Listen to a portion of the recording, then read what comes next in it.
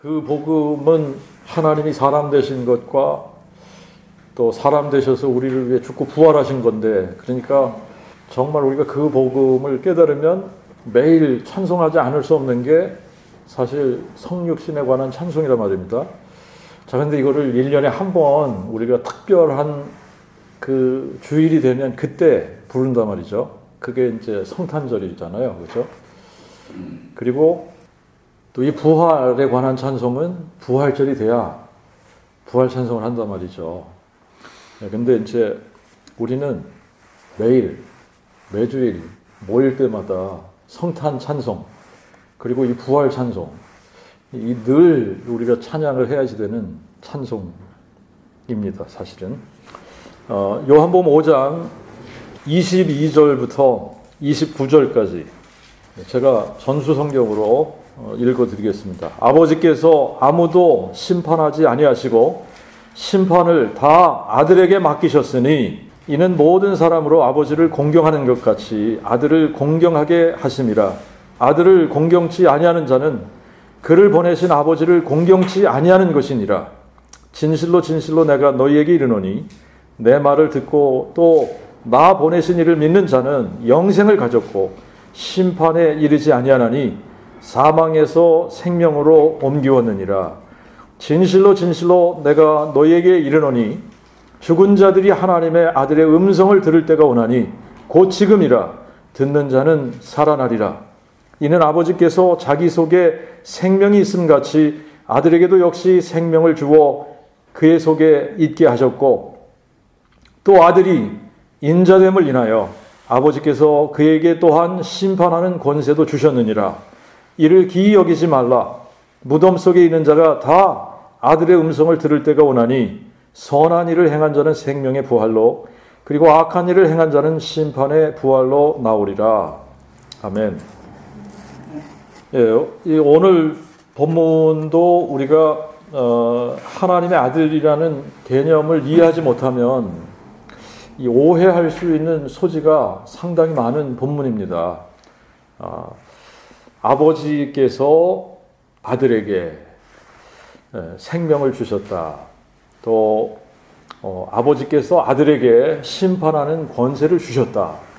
그래서 이제 이 아버지와 이 아들, 하나님의 아들이라는 이 하나님의 아들의 개념을 우리가 이해하지 못하고 이제 이런 본문을 우리가 읽고 이제 이거를 해석하려고 하다가 보면은 잘못 해석할 그런 그 경우가 상당히 많죠. 자, 그래서 이제 우리가 이 하나님의 아들에 대한 개념, 이게 이제 분명해져야지 되는데, 하나님의 아들에 대한 개념은 하나님이 사람 되신 분이 하나님의 아들이시다. 그러니까 하나님이 사람 되시는 사건이 없었더라면 하나님의 아들은 존재하지 않는 겁니다. 이게 분명해져야 돼요. 그러니까 하나님의 아들에 대해서 우리가 이야기할 때 하나님의 아들은 하나님이신 그분이 사람이 되신 분을 이야기하고 있는 겁니다. 하나님의 아들이 태초부터 하나님하고 함께 계시다가 이 세상에 하나님의 아들로 이렇게 나신 것이 아니라는 얘기예요. 자, 하나님의 아들은 전능하신 하나님이, 영존하시는 아버지가 한 아기로 한 아들로 이 세상에 오실 때에 한 아기가 되신 그분이, 사람이 되신 그분이 하나님의 아들이란 얘기예요. 자, 그러니까 하나님의 아들이 되신 이분은 육체를 가지고 계신 거죠. 우리와 같은 육체를 가지고 계시기 때문에 이분이 하나님이신 동시에 사람이 되신 겁니다. 그래서 나 예수는 다윗의 뿌리요 자손이라는 거예요. 그러니까 하나님이신 동시에 어떻게 됐어요? 사람이 되신 거 아니에요? 그죠? 하나님이신 동시에 하나님의 아들이 되신 거고, 하나님이신 동시에 이분이 다윗의 자손이 되신 거고, 사람의 아들이 되신 거고. 자, 그래서 이제 우리가 그 복음, 그러면 그 복음은 무엇에 관한 것이냐? 하나님의 아들에 관한 거예요. 하나님의 아들에 관한 것이 그 복음이다. 하나님의 아들에 관한 것을 미리 성경에 약속해 주신 것이 그 복음에 관한 내용이다. 그래서 요한복음도 역시 마찬가지로 그 복음을 선포하고 있는데, 이제 요한복음을 요한이 기록하면서 내가 요한복음, 내가 이 복음서를 기록하는 이유가 이거야 라고 분명히 요한복음 20장 31절에 기록을 해 주었는데, 요한복음을 기록한 이유가 예수께서 하나님의 아들 그리스도이심을 믿게 하려 하며, 이 요한복음을 기록한 이유는 우리들로 하여금 예수께서 하나님의 아들 그리스도이심을 믿게 하려 하며, 또 너희로 믿고 그의 이름 안에서 생명을 얻게 하려 함이니라 그랬거든요. 그런데 이제 우리가 성경에서 이야기하는 생명은 영생을 이야기한다. 성경에서 이야기하는 생명은 영생을 이야기하는 건데, 영생이라고 하는 것은 부활을 의미하고 있어요. 왜 그러냐면, 자, 우리는 다 죽지 않습니까? 다 죽는데, 영생이라는 것은 죽었다가 다시 살아서 더 이상 죽지 않는 게 영생인 거예요. 자, 그걸 우리가 다른 말로 표현하면 뭐라고 표현하냐면 부활이라고 표현하는 겁니다. 오늘 읽은 본문에도 보면, 자, 하나님은 이제 이 죽은 자들을 살리시는 게 전문이에요. 그러니까 하나님의 전공이 뭐냐? 죽은 자를 살리시는 거다. 죽은 자를 살리는 거예요. 그게 부활 아닙니까? 부활? 그러니까 이제 하나님의 그 하시는 일은 죽은 자를 살리시는 건데, 이 죽은 자를 살리는 이 엄청난 이 능력과, 그리고 죽은 자를 살리신 이 엄청난 메시지가 그 복음이다라고 하는 겁니다. 그리고 누가 죽은 자를 살리는 자인가? 자, 이제 이 부분을 성경은 예수 그리스도가 죽은 자를 살리시는 하나님이시다, 이걸 선포하는 거예요. 이제 오늘 본문의 내용도 이제 우리가 그 요한복음을 기록한 그 이유라고 하는 그 관점에서 이 본문을 살펴보면, 오늘 본문도 예수가 하나님의 아들 그리스도이심을 증거하는 본문이 되어야 되는 겁니다. 자, 하나님의 아들 그리스도, 이게 이제 우리가 하나님의 아들이라는 이 타이틀이라고 여러분들이 생각을 하시면 됩니다. 이걸 타이틀이라고 생각을 하셔야 돼요. 그러니까 하나님의 아들이라는 타이틀은 하나님이 사람 되실 때에 받으신 타이틀이다, 이렇게 생각을 하시면 되는 겁니다. 자, 하나님도 이제 우리가 성경을 읽어보면 하나님이 이름이 아니지 않습니까? 하나님이 이름이 아니라 하나님도 사실은 이 타이틀과 같은 거죠. 그러니까 하나님의 이름이 있단 말입니다. 누가 하나님이냐? 구약 성경을 읽어보니까 누가 하나님이라고 되어져 있죠? 여호와. 그러니까 여호와가 하나님이신 거예요. 그렇죠? 여호와가 하나님이시다. 그러니까 우리가 믿는 하나님은 한 분 하나님인데, 그분의 이름이 뭐라고요? 여호와시다. 그러니까 우리가 믿는 하나님은 한 분밖에 없는 거예요. 한 분 하나님이신데 그분의 이름은 여호와시다. 여호와가 하나님이시다. 그런데 여호와가 하나님이신데, 여호와 하나님이 사람이 되셨을 때에 이 사람이 되신 하나님이 받으신 타이틀이 뭐냐면 하나님의 아들이라는 타이틀인 거예요. 그러니까 여호와 하나님이 하나님의 아들이 되신 거예요. 하나님이시면서 동시에 하나님의 아들이 되신 겁니다. 자, 이거는 진짜 사람으로서는 이게 이해가 안 되는 부분이에요. 왜 그러냐면 우리는 내가 예레미야의 아버지인데, 예레미야의 아버지인 동시에 예레미야의 아들이 될 수가 없거든요. 불가능한 겁니다, 이게. 근데 이제 하나님은 하나님이신 동시에 하나님의 아들이 되셨으니까 이게 너무나 신비로운 거예요. 이건 아무도 사실은 사람의 그 머리로는, 사람의 관점에서는 이해할 수 없는 부분입니다. 그래서 이것이 그 복음의 신비라고 이야기를 하고 있는 거예요. 자, 그러니까 하나님의 아들, 동일하신 하나님이다. 동일한 분이다. 자, 그리스도라고 하는 뜻이 또 뭐냐? 그리스도라고 하는 뜻도 우리가 사전을 찾아보면 그리스도의 뜻은 기름 부음을 받은 자, 이런 의미가 있다고 그랬죠. 그런데 성경에 내포되어져 있는 의미는 다르다고 그랬어요. 성경에 내포되어져 있는 의미는 다윗의 뿌리가 다윗의 자손 되신 분이다, 이런 의미를 내포하고 있단 말입니다. 그러니까 다윗의 뿌리가 다윗의 자손 되신 분. 자, 이게 그리스도의 의미인데, 자, 그리스도의 의미가 다시 말하면 하나님이 사람 되실 때 다윗의 혈통으로 나셨다라고 하는 겁니다. 하나님이신데 사람이 되실 때 다윗의 혈통으로 나신 분이다. 이 얘기예요. 자, 이제 이거를 이렇게 우리가 한번 좀 생각을 해보면 좋을 것 같아요. 어떤 식으로 생각을 해보냐면 하나님께서 이제 사람이 되시는 이런 모든 것들을 언제 계획을 하셨느냐 하면 창세 전에 계획을 하신 거예요. 하나님이 사람 되실 것은 언제 계획하셨냐? 온 우주 만물을 창조하시기 전에 이거를 계획하셨다라고 하는 겁니다. 자, 요거를 이런 식으로 설명을 좀 해볼게요. 자, 우리가 요즘은 늘 우리하고 우리의 손에서 잘 놓지 않는 제품이 하나가 있는데 그게 뭐냐면 핸드폰이죠. 스마트폰이란 말입니다. 이거를 거의 우리 손에서 놓지 않을 정도로 이거를 우리 손에 들고 다니는 거예요. 그죠?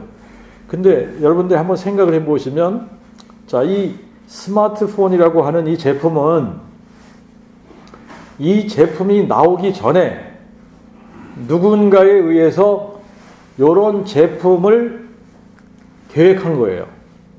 요거를 계획하지 않고 이런 제품이 나온 게 아닙니다. 그러니까 누군가가 이런 기능을 할 수 있는 이런 제품을 만들어서 출시하는 게 좋을 것 같다. 그래서 이 제품이 나오기 전에 여러 사람들이 이것을 계획한 거예요. 그리고 디자인한 겁니다. 그래서 나온 거예요. 자, 그런 관점에서 여러분들이 한번 생각을 해보면 사람이 언제 계획되어졌냐? 만세 전에 계획되어진 거예요. 맞죠? 자, 우리가 만세 전에 계획되어져서 이 세상에 나온 겁니다. 아무런 계획이 없이 그냥 뚝 떨어진 게 아니라 만세 전에 사람이 이 세상에 존재해야지 되겠다라고 하는 계획이 하나님으로부터 있었기 때문에 사람이 존재하게 된 거예요. 그러니까 이 세상을 만드시기 전에 하나님은 이 세상을 계획하셨다라고 하는 겁니다. 그것을 다시 말하면 예정이라고 하는 거죠. 하나님이 미리 계획하신 건데 그 미리 계획하신 것을 다른 말로 하면 예정하셨다라고 하는 거예요. 자, 그러니까 이 사람을 만드실 것도 미리 계획하셨고 하나님이 사람 되실 것도 미리 계획하셨다라고 하는 겁니다. 언제? 창세 전에. 만물을 창조하시기 전에 하나님께서 이것을 미리 계획하셨다는 얘기예요. 자, 그러면 지금 이제 하나님께서 이제 사람을 만드시고 왜 하나님께서 구태여 이렇게 사람이 되실 것을 계획하셨냐? 이제 이런 부분도 우리가 좀 한번 생각을 해봐야 되는데, 이제 우리가 성경을 읽으면서 하나님의 계획을 우리가 이렇게 좀 알아가 보면 하나님께서 어떤 계획을 가지고 계시느냐 하면, 자, 이제 만물을 만드시기 전에 하나님께서 계획하신 거예요. 이 만물을 만드시고 이 세상, 지구를 만드시고 이 지구촌 안에 사람이 살도록 사람을 창조하시는 겁니다. 그런데 하나님께서 사람이 되시겠다고 계획을 하셨어요. 사람이 되시겠다고 계획을 하셔서, 자, 이거 사람이 되시겠다고 계획하신 이유를 이제 몇 가지로 밝혀주셨는데, 하나님은 영이세요. 하나님은 영으로 존재하시는데 사람을 만드실 때 사람은 혈과 육으로 만드셨다. 그러니까 이게 차이가 있는 거죠. 혈과 육하고 영으로 존재하시는 분하고는 차이가 있는 거예요. 그러니까 혈과 육은 영을 알아갈 방법이 없는 겁니다. 영의 세계를 우리는 몰라요. 그렇기 때문에 우리가 하나님을 알아간다라고 하는 이것이 불가능한 일이에요. 하나님께서 자신을 보여주시고 친히 계시해 주시지 않는 이상 우리가 하나님을 볼 수도 없고 하나님의 음성을 들을 수도 없고 그래요. 그래서 하나님께서 사람을 만드실 때 하나님의 자녀로 만드셨는데 이 자녀들이 혈과 육에 참여하기 때문에 하나님께서 영으로 계시면서 혈과 육을 다스리시는 것이 뭐 가능하겠지만 바람직하지 않다고 생각을 하셨겠죠. 그리고 이제 또 하나는 이제 뭐냐 하면 이제 우리 이 사람들 사이에서도 다른 사람을 이해하려면 다른 사람 입장을 우리가 다른 사람 입장에 처하지 않으면 다른 사람을 이해하기가 쉽지 않아요. 아무리 부부래도 다른 사람인 거예요, 이게. 그래서 부부이면서도 아내가 어떤 상황에 있는지 내가 직접 그 안에 들어가지 않는 이상은 그 입장을 잘 이해하지 못하는 거예요. 질병을 안고 있다 그러면 그 질병 가운데서 어떤 고통을 안고 있는지 그 입장에 가보지 않으면 그걸 이해하기 힘들다는 얘기죠. 그죠? 자, 이제 그런 식으로 우리가 생각을 하면 하나님이 사람 되시지 않는 이상 영으로 존재하시는 하나님께서 혈과 육을 가지고 있는 우리의 입장에서 알아가시기가 쉽지 않다는 이야기죠. 전능하신 분이니까 그거를 다 아실 수도 있겠지만 하나님은 우리와 같은 혈과 육으로 이 땅에 오셔서 우리가 어떤 형편과 처지에 놓여 있는지 우리의 입장을 그냥 충분히 이해할 수 있는 분으로 오신 거예요. 자, 그리고 나서 이제 이게 하나님의 계획입니다. 그리고 나서 하나님의 계획은 뭐냐면 하늘에 있는 것이나 땅에 있는 것들을 다 하나님이 사람 되신 분 그리스도죠. 그리스도 안에서 다시 통일하시려고 하는 것이 하나님의 계획이에요. 자, 그러니까 이제 우리가 이런 부분들을 어느 정도 이제 하나님의 계획이 이런 거구나라고 하는 것을 이해하고 나서 오늘 본문을 조금 살펴보는 게 좋을 것 같아요. 자, 하나님의 계획 속에 이제 이 세상을 심판하시려는 계획이 있으세요. 그래서 이제 사람들은 이제 태어나지만 한 번 죽는 것이 정해진 겁니다. 죽고 나면 그 후에는 심판이 있다 그랬어요. 사람에게 죽음이라는 것도 정해진 것이고 심판이라는 것도 정해진 겁니다. 자, 그런데 이거를 언제 예정하셨냐? 창세 전에 예정하신 거예요. 만세 전에 이것을 예정하신 겁니다. 그래서 이 심판에 대한 것도 만세 전부터 하나님께서 계획하신 거예요. 그래서 우리가 사도행전 17장 31절에 보면은 하나님이 정하신 한 사람으로 하여금 세상을 공의로 심판할 날을 작정하셨다. 그리고 저를 죽은 자 가운데서 살리심으로 모든 사람에게 믿을 만한 확실한 증거를 주셨다 그랬거든요. 자, 그러니까 하나님께서 세상을 공의로 심판할 날을 작정하셨는데 이걸 언제 작정하셨냐? 세상을 창조하시고 인간을 창조하시고 인간이 범죄한 후에 작정하신 게 아니에요. 이거는 창세 전에 작정이 된 거예요. 인간을 창조하면 인간이 범죄할 것도 하나님께서 아시면서 인간을 창조하신 겁니다. 자, 그러니까 이 심판이라고 하는 것도 하나님께서 이제 우리의 시간적인 관점에서 보면 창세전에 계획된 것이다라고 하는 겁니다. 자, 그러면 이 심판하실 것도 작정이 된 것이고 심판하실 분도 작정을 했다는 얘기예요. 누가 심판할 건지, 언제 심판할 건지 이게 다 작정이 됐다. 계획되어진 일이다라고 하는 거죠. 자, 그러면 하나님이 정하신 이 한 사람, 심판하기로 하나님께서 정하신 이 한 사람이 도대체 누구냐? 하나님이 사람 되신 분이다 라고 하는 겁니다. 하나님이 사람 되신 분, 이분이 세상을 심판하실 분이라고 작정한 거예요. 자, 이분을 우리가 하나님의 아들이라고 부르고 그리스도라고 부르는 겁니다. 자, 창세 전에, 자, 그래서 이제 이 부분이 잘 깨달아지면 좋은데, 창세 전에 하나님의 아들 그리스도는 안 계셨어요. 그죠? 그런데 하나님의 아들 그리스도가 계실 것을 미리 계획하셨어요. 그러니까 자, 이제 이 부분이 저하고 이제 같이 가셔야 되는데, 자, 하나님의 아들은 하나님의 아들은 태초에 존재하시지 않았다라고 하는 겁니다. 자, 그런데 뭐가 계획되어졌냐? 창세전에 계획되어진 것이 뭐냐면 하나님이 사람 되실 것이 계획되어진 거예요. 그러니까 하나님의 아들은 창세전에는 안 계셨지만 하나님의 계획 속에 인간을 창조하시고 세상을 창조하신 후에 어느 시점에 하나님께서 사람 되실 것이 정해졌기 때문에, 그것을 계획하셨기 때문에 하나님의 아들은 창조 전에 계획되어지고 창조 후에 존재하게 되신 거예요. 자, 이제 이 부분이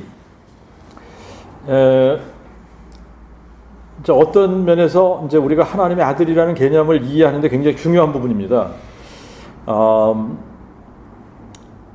자, 우리가 히브리서 2장을 가서 이제 제가 잠깐 읽어볼게요. 자, 히브리서 2장에 가서 보면, 자, 14절을 제가 읽어보겠습니다. 14절부터 18절까지 읽겠습니다. 자녀들은 혈과 육에 참여하는 거로, 자녀들이 혈과 육에 참여한다는 게 무슨 얘기예요? 사람들이 혈과 육을 가지고 있잖아요. 그죠? 그러니까 자녀를 만드신 하나님이 저도 또한 같은 모양으로 혈과 육에 참여하시면, 자녀들이 혈과 육에 참여하기 때문에 하나님도 자녀들과 같은 모양으로 혈과 육에 참여하셨다는 겁니다. 이유가 뭡니까? 저가 자신의 죽음을 통하여 사망의 권세 잡은 자 곧 마귀를 멸하시며 또 죽음을 무서워하여 평생 동안 매어 종노릇하는 모든 자들을 놓아 죽여 하심이니라. 이는 실로 그가 천사의 본성을 취하지 아니하시고 오직 아브라함의 씨를 취하셨음이니 그러므로 그가 모든 점에 그의 형제들과 같게 되심이 마땅하도다. 자, 보세요. 하나님이 아버지시고 우리는 자녀였습니다. 근데 그분이 우리와 같은 모양으로 사람이 돼서 오시면서 그분은 또 자기 자신을 뭐라고 지칭해요? 형제들이라고 지칭하잖아요. 그죠? 참 이게 놀라우면서도 신비로운 일이에요. 자, 이는 그가 하나님의 일에 자비롭고 충성된 대제사장이 되어 백성의 죄를 위한 속죄제물이 되셨고 친히 시험을 받아 고난을 당하셨은즉 시험 받는 자들을 능히 도우실 수 있느니라. 그리고 우리가 4장을 가서 4장 14절부터 16절을 잠깐 보겠습니다. 그러므로 우리에게 위대한 대제사장이 계시니 하늘로 올라가신 자 곧 하나님의 그 아들 예수시니라. 우리가 이 믿는 도리를 굳게 잡을지어다. 우리에게 계신 대제사장은 우리의 연약을 동정하지 못하시는 분이 아니요 모든 일에 한결같이 시험을 받으신 자로되 죄는 없으시니라. 그러므로 우리가 긍휼하심을 받고 때를 따라 돕는 은혜를 받기 위하여 은혜 보좌 앞에 담대히 나갈지니라. 이게 무슨 얘기냐 하면은요, 하나님이 사람이 되신 거예요. 그래서 사람이 되셔서 사람의 입장을 충분히 이해할 수 있는 분이 되셨다는 얘기예요. 그 얘기 하고 있는 겁니다. 하나님이 사람이 되셔서 사람의 연약함을 다 치유하셨다는 얘기예요. 그러니까 사람으로서 입장, 사람으로서의 연약한 모든 부분들을 다 아신다는 얘기예요. 그래서 사람의 연약함을 도우실 수 있는 분이 되었다라고 하는 겁니다. 우리의 입장을 충분히 이해하시는 분이 되셨다는 얘기예요. 자, 그래서 이것이 우리를 공의로 심판하실 수 있는 어떤 하나님의 이제 하나님이 영으로만 존재하시면서 사람을 심판하시면, 아니 하나님이 우리의 입장도 잘 모르시는데 우리를 이렇게 심판하셔도 되는 거야? 이렇게 우리가 따질 수 있단 말입니다. 그런데 하나님이 사람이 되셔서 사람의 모든 입장을 다 그분이 충분히 헤아리시고 나면 우리를 공의로 심판하실 수 있는 분이 되는 거예요. 자, 이제 그게 오늘 요한복음 5장에서 얘기하고자 하는 말씀입니다. 22절을 보세요. 아버지께서 아무도 심판하지 아니하시고 심판을 다 아들에게 맡기셨으니, 27절을 보세요. 이유가 뭐냐면 아들이 인자됨을 인하여 아버지께서 그에게 심판하는 권세를 주셨다. 자, 여기서 왜 하나님께서 심판하셔도 되는데, 그런데 심판하는 권세를 다 아들에게 맡기셨다라고 하느냐 하면, 아들이 뭐가 되셨기 때문에? 인자. 사람이 되셨기 때문에. 그 말이에요. 사람이 되셨기 때문에. 그러니까 사람이 되셨기 때문에 하나님이신데 사람이 되신 이분은 사람의 입장을 다 충분히 이해하고 남는다는 얘기예요. 그러니까 공의로 심판하실 수 있는 분이 되는 거예요. 우리의 입장을 모르고 심판하신다 그러면 공의롭지 않게 심판하실 수도 있지 않습니까? 그런데 인간의 입장을 다 충분히 다 알고 다 경험하시고 나서 인간의 연약함을 다 아시는 상태에서는 공의로 심판하실 수 있는 거예요. 그래서 심판하는 권세를 누구에게 주셨냐? 아들에게 주셨다라고 하는 겁니다. 자, 그 다음에 이제 23절에 보면 이제 이 심판을 아들에게 맡기신 이유를 또 이렇게 설명을 합니다. 모든 사람으로 아버지를 공경하는 것 같이 아들을 공경하게 하려 하심이니라. 자, 아들을 공경해야지 되는데 하나님이 사람 되신 분이 하나님의 아들이잖아요. 그죠? 하나님이 사람이 되셨어요. 만약에 지금 하나님이 사람 되셔서 이 자리에 우리랑 같이 이렇게 계신다고 하면 그분을 알아볼 수 있는 사람은 아무도 없어요. 아, 이분이 이렇게 보니까 이분이 하나님의 아들이시네 이러고 알아볼 수 있는 사람은 아무도 없는 거예요. 자, 이거는 불가능해요. 사람으로서 그냥 우리하고 똑같은 사람으로 오셨는데 어떤 특정한 사람을 딱 보고 보니까 하나님의 아들이시네요 이러고 알아볼 수 있는 사람은 아무도 없다는 얘기입니다. 맞죠? 아무도 없어요. 그래서 사람들이 하나님의 아들을 어떻게 대했죠? 임의로 대한 거예요.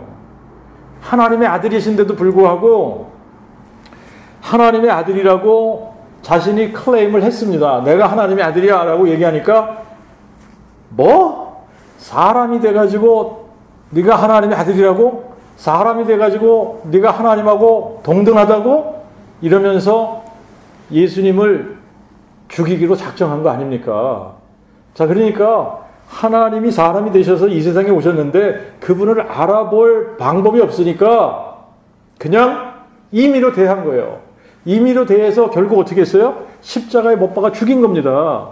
십자가에 못 박아 죽였는데 모르니까 할 수 없죠. 그죠? 십자가에 못 박아 죽였어요.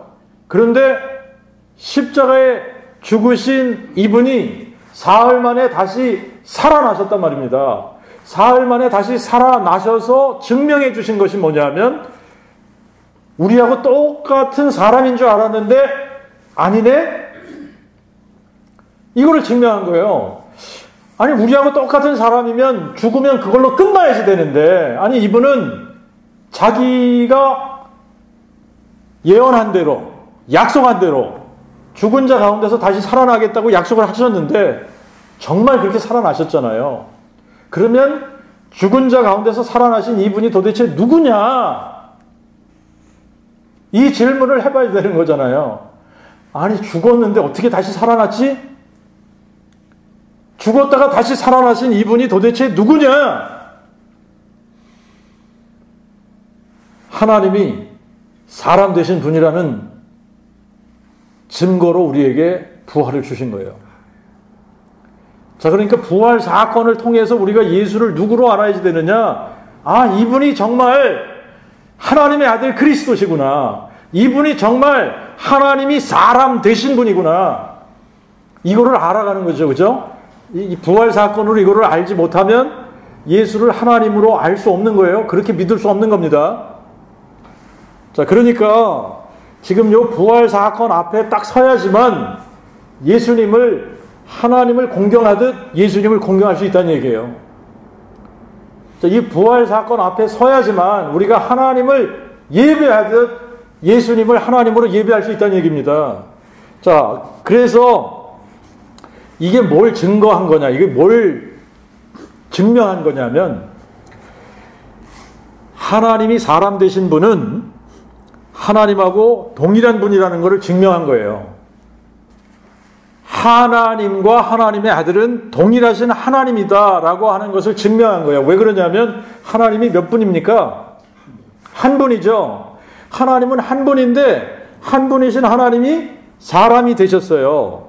그러니까 사람 대신 하나님과 하나님으로 계시는 그 하나님하고는 동일하신 하나님이라는 이야기를 하고 있는 거예요.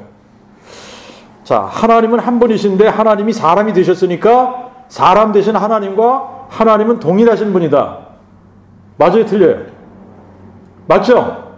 동일하신 분이에요. 동일하신 하나님이에요. 그래서 예수님이 나와 아버지는 하나다라고 이야기하는 거예요. 나와 아버지는 하나야. 나는 다윗의 뿌리요 자손이야. 나는 아버지요 아들이야. 이 얘기를 하시는 거예요. 인간이 이거를 이해하기가 쉽지 않은 겁니다. 그죠? 어떻게 그게 가능한데?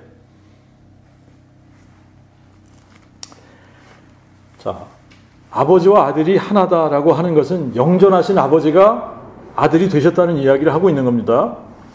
자, 그래서 아들을 공경하면 아버지를 공경하는 게 된다는 이야기를 하고 있는 거예요. 아들의 말을 들으면 아버지의 말을 듣는다는 이야기를 하고 있는 겁니다. 아들을 믿으면 아버지를 믿는 게 되는 거예요.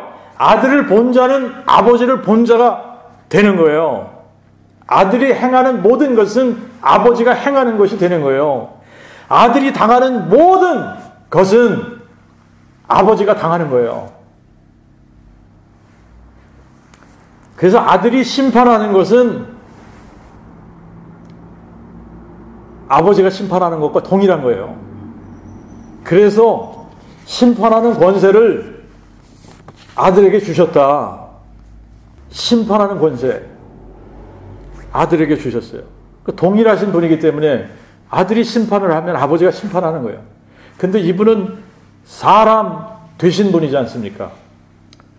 하나님인데 사람이에요. 하나님인데 동시에 사람이에요. 그 사람 되신 하나님이에요. 이거를 신인이라고 표현을 합니다. 그죠? 하나님과 사람 동시에 하나님인데 사람이에요. 이분이 하나님께서 정하신 한 사람이라는 거예요. 이분이 세상을 공의로 심판하실 분이라는 거예요. 하나님이 사람 되신 분. 그래서 사도행전 10장 42절 이하에 보면 예수께서 우리를 명하사 백성에게 전파하시되 하나님이 산 자와 죽은 자의 재판장으로 정하신 자가 곧 예수신 것을 증거하게 하셨고 이분에 대해서는 모든 선지자들도 증거하여 누구든지 저를 믿는 자마다 그의 이름을 힘입어 죄사함을 받는다 하였느니라. 로마서 2장 16절에 보면 내 복음에 이른 대로 하나님이 예수 그리스도로 말미암아 사람들의 은밀한 것을 심판하시는 그날에, 그러니까 이제 하나님께서 사람을 대하시고 다루시고 또 심판하시고 하시는 이런 모든 방법은 하나님이 사람 되셔서 하시는 거예요. 때가 되면 사람들이 뭘 알게 되냐면 자기들이 외면했던 예수님이에요. 예수님을 외면했습니다. 사람들이 외면했고 무시했어요. 예수님을 무시했어요. 그리고 심지어는 예수님을 정죄하고 심판했습니다. 자, 그런데 예수님께서 하시는 말씀이 무슨 말씀을 하고 있는 거냐면 너희들이 지금은 스스로 심판자의 자리에 앉아서 나를 정죄하고 심판하고 있지만 이제 너희들이 알게 될 거야. 내가 울티밋 재판장이라는 것을. 너희들이 나를 심판하는 것이 아니라 내가 너희들을 심판하는 거야. 너희를 심판하는 자가 내니라. 내가 울티밋 재판장이니라. 너희들이 하나님이라고 부르는 그가 내니라. 내가 그니라. 너희들이 하나님이라고 부르는 그가, 하나님 아버지라고 부르는 그가 내니라. 내가 그니라. 내가 여호와인데 사망을 삼키기 위해서 사람이 된 거야. 이 말씀을 하고 있는 거예요. 그래서 내가 너희들을 심판하게 되는데, 심판의 기준이 뭐냐? 심판의 기준을 하나님께서 이렇게 우리에게 가르쳐 주셨습니다. 자, 심판의 기준이 뭐냐? 내 말이 들리면 심판을 안 받는 거예요. 아들의 음성을 들으면 심판을 받지 않는 거예요. 근데 아들의 음성이 안 들리면 심판을 받아요. 이렇게 단순해요. 그게 이제 24절, 25절입니다. 자, 24절, 25절 보면, 진실로 진실로 내가 너에게 이르노니 내 말을 듣고 또 나 보내신 이를 믿는 자는 영생을 가졌고 심판에 이르지 아니하나니 사망에서 생명으로 옮겨오느니라. 자, 여기서 중요한 게 뭐예요? 내 말을 어떻게 해야 되죠? 들어야지 돼요. 내 말을 들어야지 되는데, 내 말이 안 들리면 나 보내신 이를 못 믿는다는 얘기입니다. 그죠? 자, 그거를 25절에서는 뭐라고 얘기하냐면, 진실로 진실로 내가 너에게 이르노니 죽은 자들이 하나님의 아들의 음성을 들을 때가 오나니 곧 지금이라. 듣는 자는 살아나리라. 자, 여기서 죽은 자들과 28절에 보면 무덤 속에 있는 자가 있는데, 요거는 다른 거예요. 자, 여기서 죽은 자들은 육체는 살아있는데 영혼이 죽어있는 사람들을 의미하는 겁니다. 자, 우리가 이제 살아있지만 성경은 허물과 죄로 죽었다 이렇게 표현을 하고 있어요. 그러니까 우리가 육체와 영혼이 다 살아있는 사람들이 아니라, 자, 자연인들은 육체는 살아있어요. 그죠? 육체는 살아있지만 뭐가 죽어있는 상태예요? 영이 죽어있는 상태예요. 그러니까 뭐 때문에 영이 죽어있는 상태냐? 에베소서 2장 1절에 보니까 허물과 죄로 우리가 죽었었던 거예요. 허물과 죄 때문에 우리는 죽은 상태에 있는 겁니다. 그러니까 허물과 죄로는 죽었는데 지금 육체는 살아있는 사람들이 누구의 음성을 들을 때가 온다고요? 하나님의 아들의 음성을 들을 때가 온다는 거예요. 그런데 그때가 언제라고요? 지금이라는 거예요. 지금이 그때야. 그런데 하나님의 아들의 음성을 듣는 자들은 어떻게 된다? 살아나리라.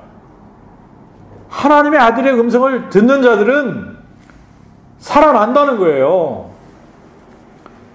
자, 요거를 우리가 이제 좀 바르게 이해를 해야겠죠, 그죠?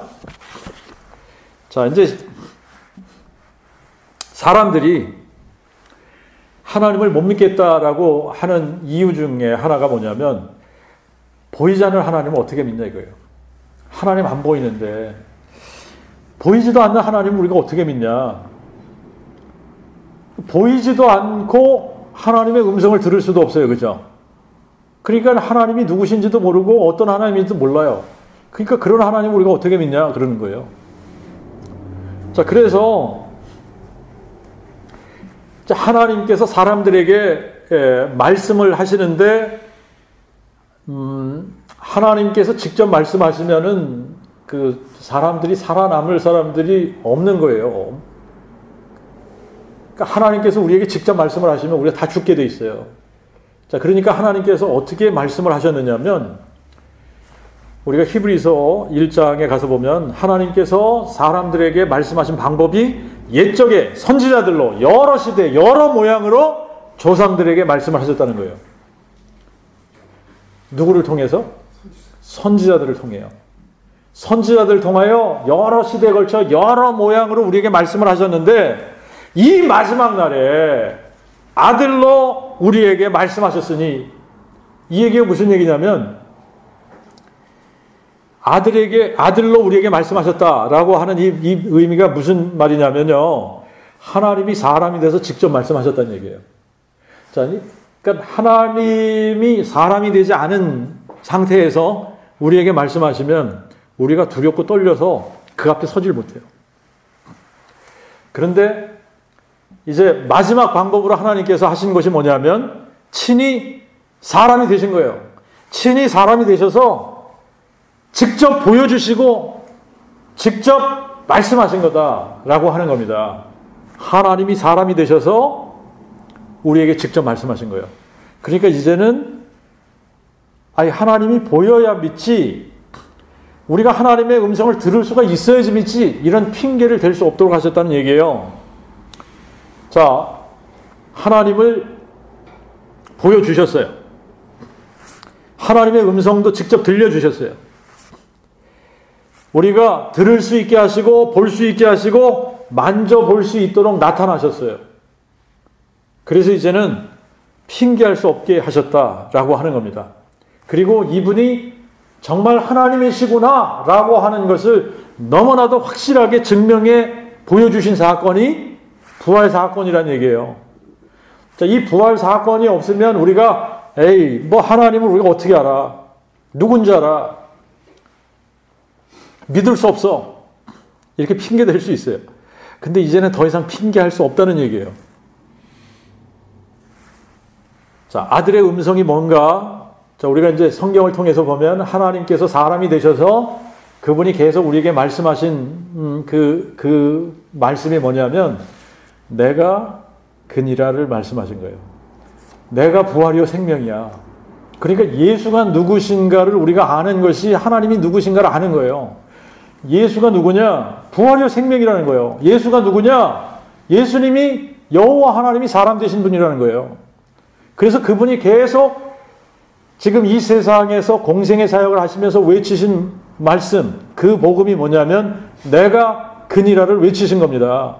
내가 부활이요 생명이야. 이 말씀은 구약에서 여호와 하나님이 사람 되셔서 내가 사망을 삼키고 승리할 거야. 내가 사망을 패하고 생명과 죽지 아니함을 드러낼 거야. 이 약속을 하셨는데 내가 바로 부활이요 생명이다.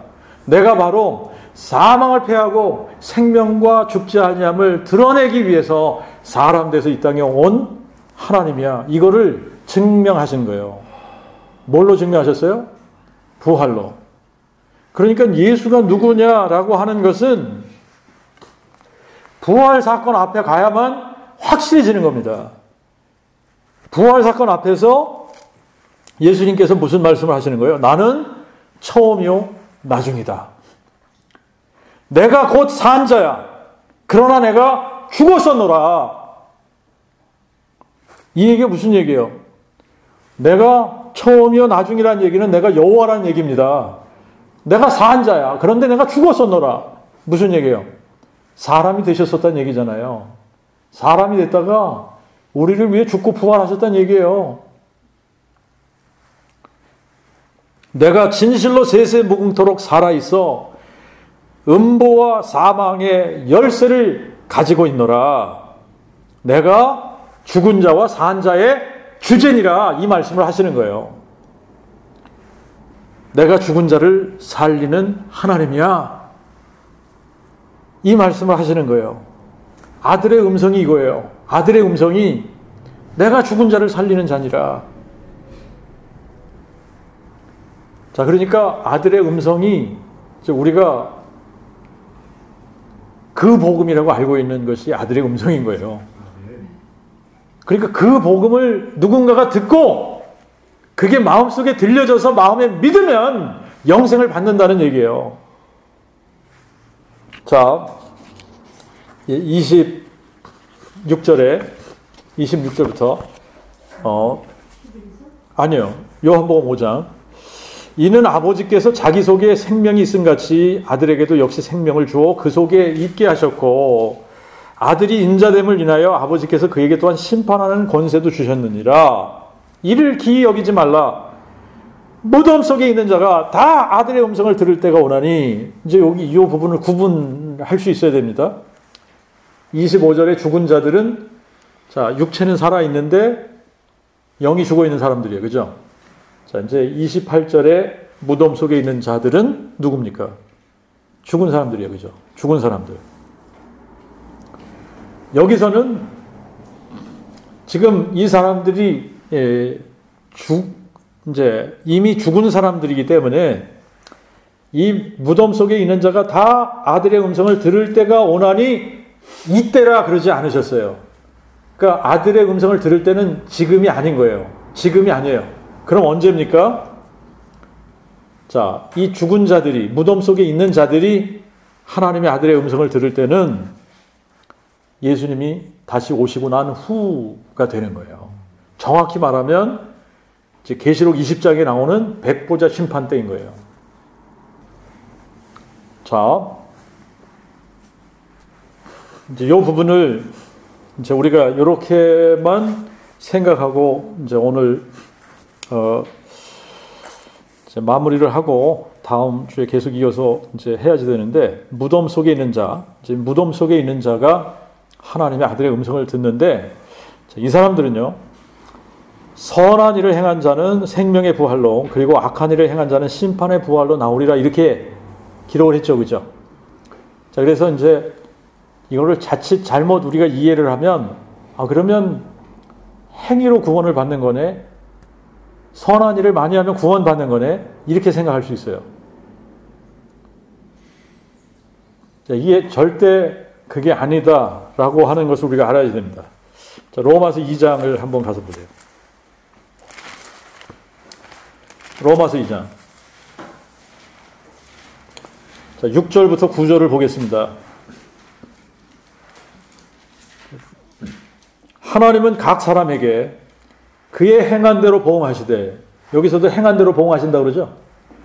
항상 인내로 선을 행하며 영광과 존귀와 영원함을 구하는 자에게는 영생으로 하시고, 진리를 대적하며 또한 순종치 아니하고 오히려 불의를 따르는 자에게는 진노와 분노로 하시며, 악을 행하는 각 사람의 영혼에게는 환난과 곤고로 하시리니, 첫째는 유대인에게 또한 헬라인에게며. 자, 이게 지금 요한복음 5장하고 같은 이야기를 하고 있는 것 같지 않아요? 그죠? 그러니까 죽음, 무덤 속에 있는 자들을 심판할 때에 이렇게 심판하신다는 얘기입니다. 그래서 선을 행하는 각 사람에게는 영광과 존귀와 평강으로 하시리니, 요거를 우리가 자칫 잘못 해석하면, 야, 선을 많이 행해야 우리가 영생을 얻는 거구나 라고 잘못 해석할 수 있습니다. 자, 요게 계시록 20장을 한번 가서 보세요. 그러면은 이 계시록 20장에서 사람들을 심판할 때에 각 사람의 행위대로 심판을 하시는 거예요. 11절부터 15절까지 제가 읽겠습니다. 또 내가 크고 흰 보좌와 그 위에 앉으신 분을 보니 땅과 하늘이 그 앞에서 피하여 간데 없더라. 내가 또 보니 죽은 자들이 큰 자나 작은 자나 다 하나님 앞에 섰는데 책들이 펴 있고 또 다른 한 책이 펴졌으니 곧 생명책이라. 죽은 자들이 자기의 행위를 따라 책들에 기록된 대로 심판을 받으니, 어떤 사람들이요? 죽은 자들이, 여기는 무덤 속에 있는 자들을 이야기하는 겁니다. 지금 요한복음 5장 28절에 있는 이 사람들을 얘기하는 거예요. 무덤 속에 있는 자들이 자기 행위를 따라 책들에 기록된 대로 심판을 받으니, 바다가 그 가운데서 죽은 자들을 내어주고 사망과 음보도 그 가운데서 죽은 자들을 내어주매 각 사람이 자기 행위대로 심판을 받고, 뭐대로 심판을 받고? 자기 행위대로 심판을 받고, 사망과 음보도 불못에 던지우니 이것이 곧 둘째 사망이라. 누구든지 생명책에 기록되지 못한 자는 다 불못에 던지우더라. 자,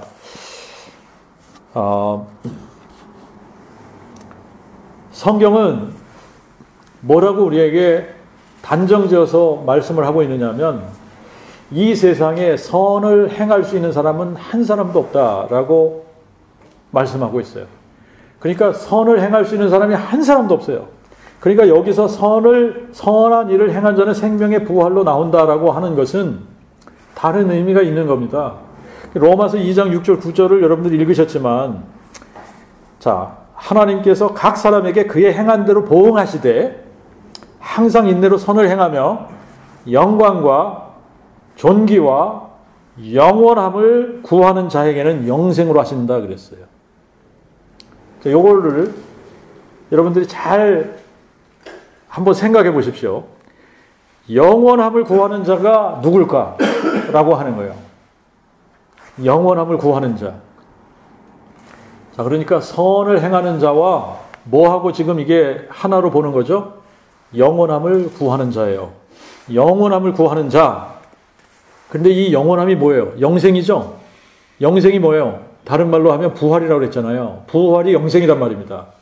자, 그러니까 영원함을 구하는 자는 부활을 구하는 자인 거예요. 부활 생명을 구하는 자예요.